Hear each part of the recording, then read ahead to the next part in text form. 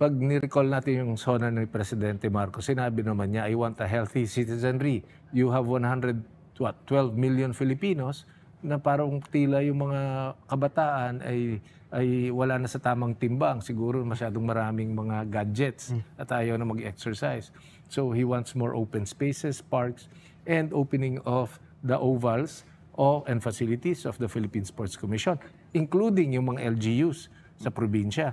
Yun po yung kino-coordinate natin ngayon sa Philippine Sports Commission. Ina-identify natin kung meron pa bang mga stadium dyan, mga track and field oval na sarado pa and exclusive for the use of the national athletes. When we opened Phil Sports, when we opened Rizal, we did that na isang konsiderasyon. Bigyan ng opportunity yung taong bayan, yung mga atleta sa eskwelahan at yung mga batang walang magawa pagkatapos ng eskwelahan, makapag-exercise, makapag-jogging, tumakbo. Because yung sisimulan mo ng lakad, susunod jogging, susunod takbo na yan. Ang bilis na yan sa susunod lang. So, nung in-open up natin yan, nakita namin, ayan na, first day, 200, 300.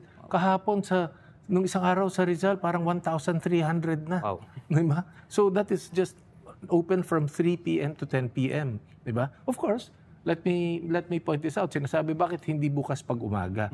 Kasi we want to give the national athletes the time to train, lalo na parating ng SEA Games.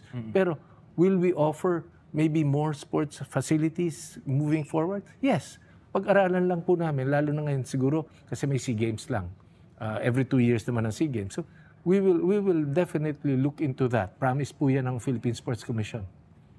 And siguro, and to add na rin po, siguro moving forward, naalala ko lang po kasi si Alex Ayala po, nabanggit po niya na medyo hirap po siya makahanap ng role model sa tennis kasi nga wala naman siya talagang tinitignan. There are not much tennis courts open in the Philippines. So, jumping off on that point, siguro makikita po ba natin sa roadmap niyo po na yun nga po, aside from the track ovals, makikita po natin more open basketball courts, more volleyball courts na hindi lang semento ang magdadive ang mga players po natin. And yun nga po, tennis courts na pwede pong ma-access po ng public. Alam mo, pag tiningnan mo yung mga investment sa ganyang mga sports facilities, hindi naman kamahalan.